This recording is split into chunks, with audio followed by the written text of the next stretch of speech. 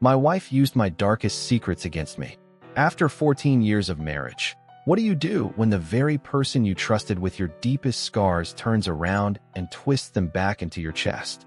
People often warn that friends may betray you, that colleagues may undermine you, that strangers may mock you. But nobody warns you about betrayal from your spouse, the person who once swore to hold your darkest secrets gently, the person who promised never to use your pain against you. When that person breaks their promise, the earth itself cracks beneath your feet. I had been married to my wife for 14 years. Together we built what looked, from the outside, like a stable family. 2 kids, school routines, holidays, and the familiar chaos of parenting. Friends admired us. Relatives envied our solid bond. But beneath that surface lay a story I never wanted told. A childhood filled with rejection, abuse, and the constant reminder that I was an accident who was never supposed to exist. For years, I carried those memories alone. My parents made sure I knew I was unwanted. They said it aloud. "We never planned you. You were a mistake." My siblings repeated it until it became my nickname. I endured nights when the family ate dinner while I sat hungry. I endured winter evenings locked outside as punishment for nothing. And I endured the moment my father's hands tightened around my throat, cutting off air until blackness crept at the edges of my vision. To this day, I don't know why he let go. Perhaps my mother walked in. Perhaps some fragment of conscience stopped him. But he could have killed me. And sometimes I wonder if he wanted to. These memories shaped me into a man who swore never to repeat history. I would never treat my children with cruelty. I would never let them feel like accidents. And I buried the past so deeply that even my wife, during our early years, could not pry it out. She would share stories about her childhood, her parents decorating the house, her siblings fighting and laughing, the warmth of family rituals. I smiled, nodded, but never offered my own. She noticed. She pressed. She begged. "I want to understand you fully," she told me. "I want to know all of you." At first, I resisted. Then, little by little, she wore down my defenses. Finally, about 7 years ago, I told her everything. Piece by piece, I gave her my scars. I described the night in the amusement park when my family left me behind on purpose. I described being excluded from meals. I described the joke that I should never have been born. And I described the night my father tried to strangle me. I remember shaking as I spoke, afraid she would recoil. Instead, she hugged me. She whispered, "Thank you for trusting me. I will never use this against you." I believed her. Fast forward to last week. A normal evening, a normal argument about our son's homework. She thought I was too lenient. I thought she was too harsh. Words escalated. Voices sharpened. And then, she looked at me with a coldness I had never seen before and said, "Maybe your father should have finished what he started. Maybe you were never meant to have a family at all." Time froze. At first, I thought I had misheard. Surely, no one would say that. Not my wife, not the mother of my children. But she repeated it, calm and deliberate, like she was stating a fact rather than hurling a dagger. I cannot describe the sensation. My knees nearly buckled, my chest hollowed. And suddenly, her voice merged with my parents' voices from decades earlier. Unwanted. Accident. Shouldn't exist. The chorus of my childhood returned, now sung by the person who once swore to protect me from it. I didn't scream. I didn't throw anything. I stood silent, my body trembling. She turned away, almost casual, as if nothing monumental had happened. Later, she made tea. She scrolled on her phone. She acted normal. I couldn't. That night, I lay in the spare bedroom, staring at the ceiling, replaying her words again and again. I thought about how I had survived everything my parents did. I thought about how I had clawed my way into adulthood, built a life, created love where none had been given to me. And yet, with one sentence, she dragged me back into the pit I thought I had escaped. The next morning, she smiled cheerfully, kissed the kids, carried on as though nothing had happened. I could barely look at her. Something inside me had cracked in a way that felt permanent. Was I overreacting? That question haunted me. But deep down, I knew the truth. I wasn't. This wasn't just a cruel remark in the heat of an argument. This was calculated. She had reached into the vault of my soul, taken the most fragile memory, and weaponized it. That is not something you move on from. All day, I heard the words on repeat. Maybe you shouldn't exist. Maybe your father should have finished it. I heard them layered over my childhood, over the laughter of my siblings when they mocked me, over the quiet cruelty of my parents.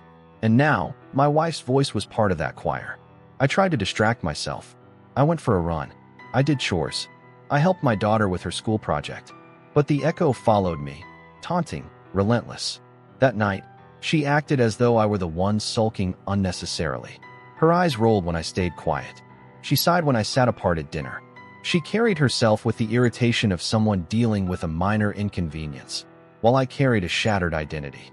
It was then I realized, this wasn't just about words. This was about the collapse of trust. She had begged me for vulnerability. She had promised to guard it. And when she was angry, she reached for it to crush me. The question that burns: could I forgive her? Could I live in the same house with a woman who had spoken my deepest fear aloud, not as compassion, but as condemnation? Or was this the end of our marriage, the moment everything truly broke? When the mask cracks, the worst betrayal isn't anger. It's honesty delivered too late. Days passed. I kept waiting for an apology. Something, anything. Even a half-hearted attempt at remorse. But she acted as though nothing had happened. Her voice was clipped, her movements quick, her patience thin. If anyone had walked into our home, they would have thought I had done something wrong, that I was the one sulking. But inside me, a storm raged. By Tuesday, I couldn't hold it anymore. I asked her to sit down. The house was quiet. Our kids were at school. It was just us, two people sitting across from each other, separated not by a table, but by the collapse of trust. I reminded her of that night years ago when I had opened up about my childhood. I reminded her of her promise, that she would never use my secrets against me. Then I asked the question that had burned in my chest since the fight. Why? At first, her voice was flat, almost mechanical. She said she hadn't known how else to respond back then when I told her about my past. She said hugging me was the only thing she could think to do. She claimed she hadn't realized how heavy it all was until later. Her words sank into me like stones in water, dragging deeper. So I pressed further. Why did you do it now? Why reach for that? That's when the mask cracked. She said she had lost respect for me after hearing my past. She admitted she had never been able to look at me the same way again. She said the image of me as strong, unshakable, solid, the man she leaned on, had shattered. She called it the ick. She told me that sometimes when she remembered my childhood stories, she felt a wave of disgust. Not pity, not compassion, disgust. I stared at her, stunned. My voice broke. So you think less of me because I survived? She didn't hesitate. It's not about surviving, she said. It's about how it made you fragile. And once I saw it, I couldn't unsee it. Her words gutted me. The hug she had given me, the comfort I had believed in, the promise I had clung to, all of it had been theater. She had been quietly judging me for years. And in her moment of anger, she didn't just slip. She exposed the truth she had carried all along. It felt like I had been living beside a stranger, not a wife. I told her I didn't think I could ever look at her the same way again. I told her maybe the only path forward was separation, maybe divorce. That's when her tone shifted. Suddenly, she panicked. The firmness melted. Her voice trembled. She begged me not to say that. She said she didn't want to lose me, that she didn't want to break our family. She said the kids needed us together, that divorce would scar them more than anything she had said to me. But even then, she never truly apologized. Not once did she say, "I am sorry for using your pain against you." Instead, she repeated the same refrain, "It will never happen again. Don't throw everything away over one mistake." I sat in silence, her words echoing. Was it a mistake? Or was it the truth finally spoken aloud? Which was worse, her cruelty or her honesty? For the next few days, I went through the motions of life like a ghost. I made breakfast. I helped with homework. I went to work.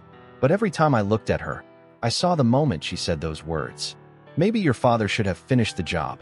That sentence clung to me like smoke. I replayed the past in my mind. The years of pressing me to open up. The insistence that she wanted the whole picture. And now, I wondered, did she want to know me, or did she want ammunition? Was her curiosity genuine, or was it just another way to control the narrative of who I was? The truth stung. She didn't lose respect for me last week. She lost it years ago, the moment I trusted her with my scars. I thought of my children. I thought of how they deserved a father who wasn't weighed down by constant humiliation in his own home. I thought of how they deserved to grow up in a place where love wasn't conditional on strength, where vulnerability wasn't punished. But then I thought of them waking up in two houses, shuttling between parents, asking why their family had cracked apart. The guilt strangled me as much as my father's hands once had. I stood at a crossroads, stay and swallow the betrayal, or leave and shatter my children's world. One night, I caught her staring at me across the living room. Her eyes weren't angry or panicked. They were calculating, measuring, as if she was already wondering which version of me she preferred. The silent, obedient one who carried everything without protest, or the man ready to leave. I realized something chilling. She didn't want me healed. She wanted me contained. I don't know what decision I'll make, but I know this. Once someone takes your scars and wields them as weapons, once they look at your survival and call it weakness, the person you thought you married no longer exists. What remains is a mask, and masks eventually fall. The road ahead, I haven't chosen yet. Divorce, separation, or the illusion of staying together. But whichever path I take, I know this. Love that uses your pain against you isn't love at all. And the question haunting me now is simple. How do you explain to your children that sometimes the greatest danger comes not from enemies, but from the people who once swore to protect you?